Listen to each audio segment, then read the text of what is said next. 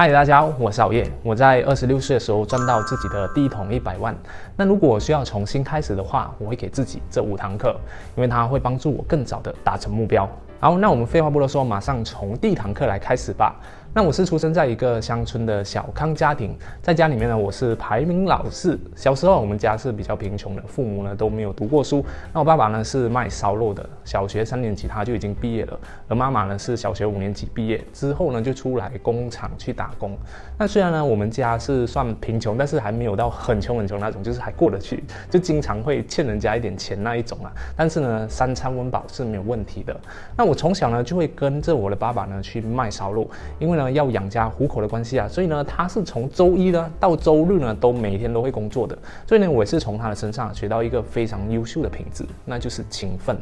也因为这样，在很多事情上面呢，我都会比其他人花更多一点时间去学习和研究上面。那同样的一件事情啊，我都会比别人坚持的更加的久。就比如说，就像是这一个频道这样子，那从我6年开始创作到现在为止呢，我也更新了600多支影片，而且呢每一支的这个内容呢都是很少有重复的。那就算呢现在流量不是那么好 ，OK，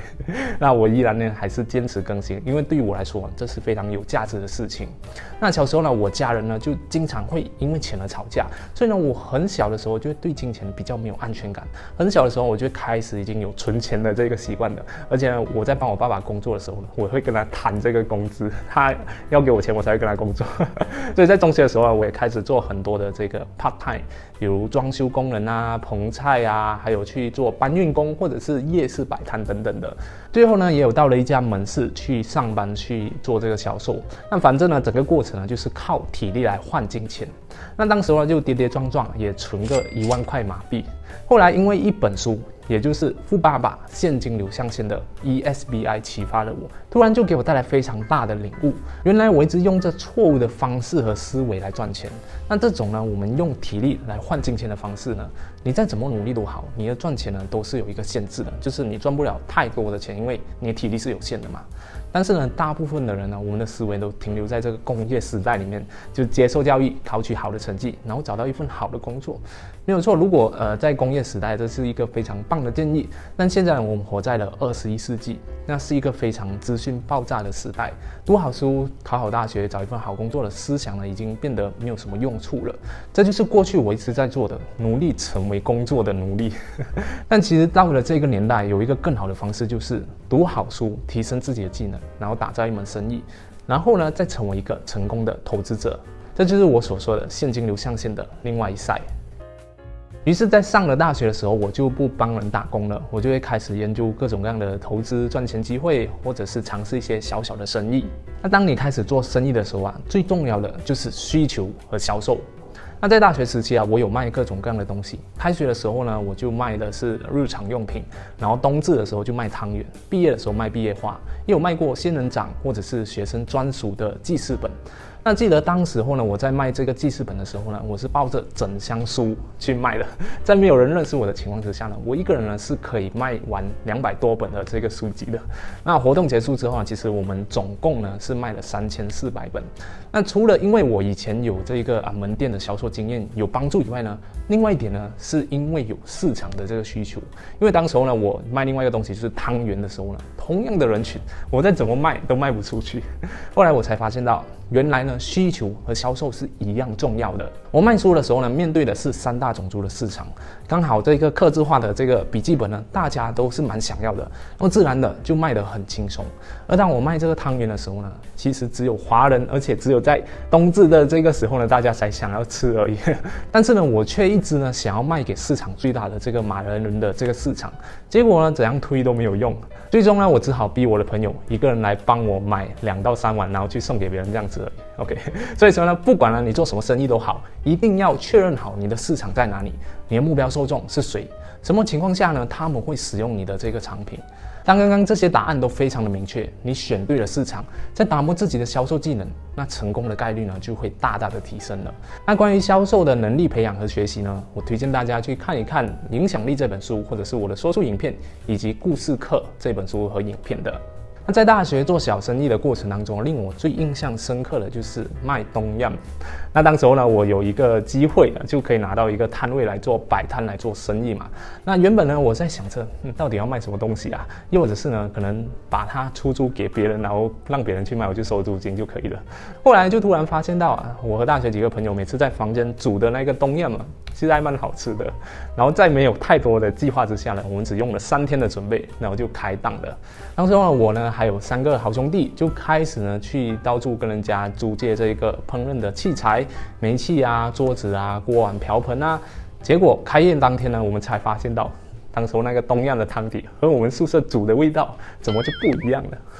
太过清淡的那个感觉啊！原来呢是我们宿舍煮的时候呢是1小碗的，那现在呢摆摊煮的是1大碗的，酱料全部已经倒完下去了都没有味道。于是呢我又赶快啊到处去找人去泰国那边去代购回这个冬阴的酱，然后再加上一些香茅啊、tomato 之类的，才解决这个问题。那就连我们卖的这个饮料 Thai Milk Tea 呢，也是当时候才调配的。结果呢，第一次呢就弄得非常的成功，而且还蛮好喝的。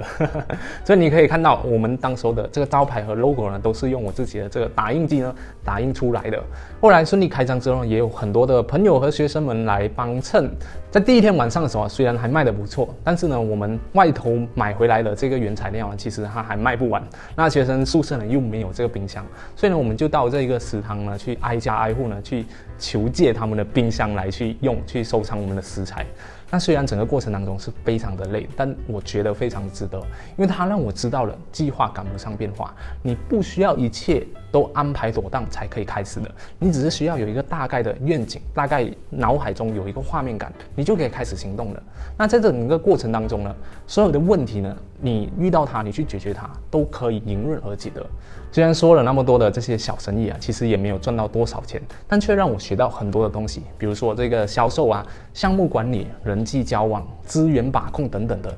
都得到了非常非常多的宝贵的经验。所以呢，我是非常提倡，就是年轻的时候千万不要去等，有想法的时候呢就要去做，让你内心的冲动呢去引导你的行动，然后再让你的这个理性呢去帮助你一步一步的解决问题，达成目标。后来我也贷款买了自己的第1辆小轿车，然后开始做出租车的生意。那同时也开始学习网络行销、做影片、网站架设、投资等等的。而且呢，偶尔也会和同学呢收费来帮他们设计那个网站，因为他们经常要交那个学校的功课嘛。那之后呢，我也开启了自己的 YouTube 频道。那时候呢，我才发现到原来生意呢是有好生意和不好的生意的。就从这个百万富翁快车道里面呢，就可以有一个很好的标准。第一个标准呢就是需求规律，就是你的生意呢主要是要满足用户的需求，那你自己喜欢做这件事情，那个人喜好呢它是其次的。然后第二呢就是门槛戒律，也就是说呢，这个东西它一定要有一定的门槛，不能够太低，否则你在致富的道路上呢就会变得非常的拥挤。然后第三呢就是可控戒律，就是你可以自己控制自己的生意，是有掌控权的话语权的。第4，规模戒律，也就是你能够服务的人越多，就越能够赚到更多的钱。然后第5呢，就是时间戒律。真正的财务自由呢，不仅仅是你有多有钱，而是你拥有多少的时间去做自己喜欢做的事情。那虽然说这个 YouTuber 呢，它是符合了需求、规模和时间戒律，但是呢，它的门槛还是很低，而且呢，流量还必须要依靠演算法和热点。那同时呢，用户的数据呢是完全是平台给掌控的。说白了，就是我们其实也是在帮谷歌打工。所以我就开始了进频道一段时间之后呢，就做了自己的这个线上培训事业。那因为呢，这才是我可以控制的事情，其中呢就包括课程的质量啊、用户的名单啊、经营的方式等等，都是我自己可以控制的。那对于有能力的观众呢，那自然呢他们就会付费来换取更加系统化的解决方案，还有呢可以快速的帮他们支援的一个服务。那对于生活可能比较困难或者是没有需求的观众呢，他依然呢可以在我的频道当中呢可以获取很多的学习资源。因此呢，我就觉得这是一个非常棒的商业模式，它补足了我剩下的可控规律，还有一个门槛的这个规律。那对了，如果呢你想要往这个知识变现或者线上课程领域发展的话，也可以点击这个资讯栏里面的一个连结来领取我们的一个免费课程哦。其实在同一时间的时候呢，我也开始了自己的股市投资之旅。那当你从自己的生意开始积累到一些财富的时候，这时候呢你就必须要学会帮自己打造一个生钱术。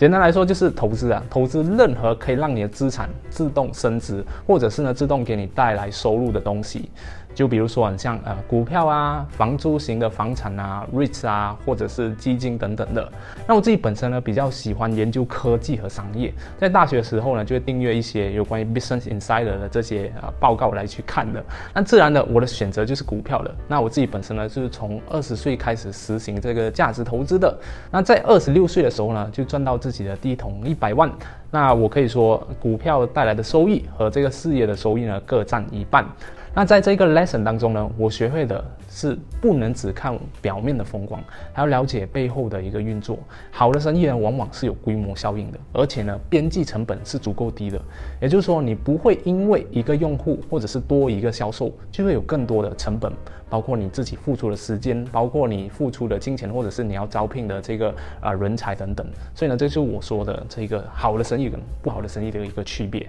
那接下来呢，在26岁开始的时候，我就成立了自己的团队。当时呢，是因为我觉得一个人做可能太累了，而且也是比较无聊的。我想要有一群人跟我一起奋斗的那种感觉。于是呢，我就一次过招了10个人来跟我一起工作，想要一心把这个事业给做大做强。结果呢，反而越做越累。人是很像变多了，但是呢，收益却没有变得更好，反而还变差了。那时候呢，我还一度陷入了一个非常忧郁的症状，就是那种你早上一睡醒了就很压力，你的肩膀非常的沉重，然后你会偏头痛，然后呢，偶尔呢是时不时会有一种小声音它一直在不断的批评你那种状态。不晓得大家有没有经历过这样的一个情况？甚至是呢，有一次我在医院动手术的时候呢，我还带着我的 iPad， 然后在那边工作。那时候就让我陷入一个非常严重的沉思，就是说我到底在干嘛？然后有好几次呢，我都会想要解散我的那个团队。这句话我每年都会跟我的团队讲的 ，OK？ 那所以呢，这个就是从技术人员转变到领导的一个过程。那领导力呢，是我必修的一堂课。那我买过很多的这个领导课来上，也付了超过5位数美金来去给别人做咨询。那大部分呢都是在教我技术啊，什么 OKR， 什么 OGSM 啊，什么分钱啊，或者你要称赞你的员工等等。后来呢，我就上了一个叫做能量学的一堂课。那时候我就突然意识到，我需要的并不是这些技术，而是内在世界的那种转变。我太过在乎执行力和这个方法，因为我是技术人员嘛，所以呢，我就忽略了领导和决策的重要性。就比如说，像以前如果你问我这一道问题，假设给你100%来打分，你觉得一间公司里面负责执行的下级、负责沟通协调的同级，以及负责决策的上级，你觉得在这个里面的金字塔里面，哪一个是比较重要的？那我的打分是原本以前是打50分最下级，然后呢同级是30分，然后呢上级是20分而已。因为我觉得如果没有人执行的话，那什么事情就都干不成嘛。也正因为这样的一个心态呢，就让我自己本身能力很强，所以呢我就一直做了很多不应该我去做的事情，或者是抢下属的工作来做，就会搞到自己很累，然后也没有办法引导这个公司更好有效率的去前进。但是呢，我从这个领悟当中我调整过来之后，我开始重视上级，重视自己的决策，重视自己的这个领导。那整个状态呢就改善了很多，我变得更加的自信，然后呢，我团队的大家的产出也变得更加的好，更加的高，而且整个氛围也变得更加融洽了。而且呢，我们经常呢都会一起做多人运动。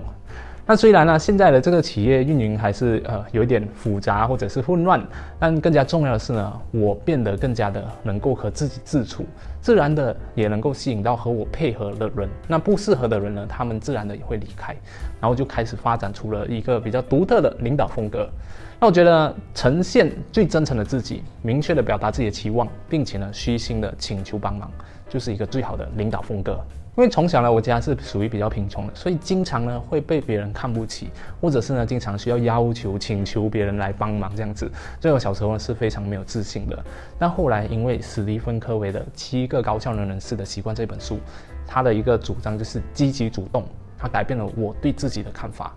你的自信心呢是可以改变的，你的习惯也可以改变，你的命运也是可以改变的。所以呢，我希望大家呢不要让自己的出身，或者是让自己的成长经历，甚至是别人的三言两语成为你的枷锁。我们人生的一切呢都是你的选择而已。如果你选择躺平，那就不要去抱怨这个世界的不公，就不要去批评别人的不是。而如果呢你选择掌控自己的人生，从此刻就为自己的人生去负责，为自己的未来而负责，勇敢的迈向自己的目标去前进，那你的人生呢将会变得越来越好。我刚开始创业、开始做影片的时候呢，其实我身边的人都不大看好。就连我最好的一个朋友也是劝我说：“郝烨，你又在搞这种有的没有的，你就不能好好的去工作嘛？”那到现在为止呢，其实还是会有一些酸民啊，经常来说一些鸟话。那虽然每一次我看到心情都会一定程度受到影响，但是呢，每一次在和自己和解之后呢，我都会很庆幸自己有勇气选择了一条少有人走的路。所以呢，我也请你相信自己，别人的三言两语呢，只不过是他们的不安全感而已。他们想要的是你保持现状，就和他们一样而已。所以呢，你要跟随自己的这个内心和直觉，坚持自己觉得对的事情。那过程当中呢，你肯定会感到非常的寂寞，但最终呢，你一定会对自己的决定感到非常的欣慰，因为呢，你会有一个不后悔的人生。总结来讲，就是永远保持积极的态度，是你生活当中最有力的武器。好了，那么今天关于这个100万令吉的分享就讲到这里了。那希望正处在于20多岁的你呢有所启发。那不晓得你喜不喜欢我这样的一个风格的分享呢？留言让我知道。那最后呢，也别忘了帮我点赞、分享和启发更多的朋友。我是郝烨，陪你一起学习学校没教的知识。我们下一期再见，拜拜。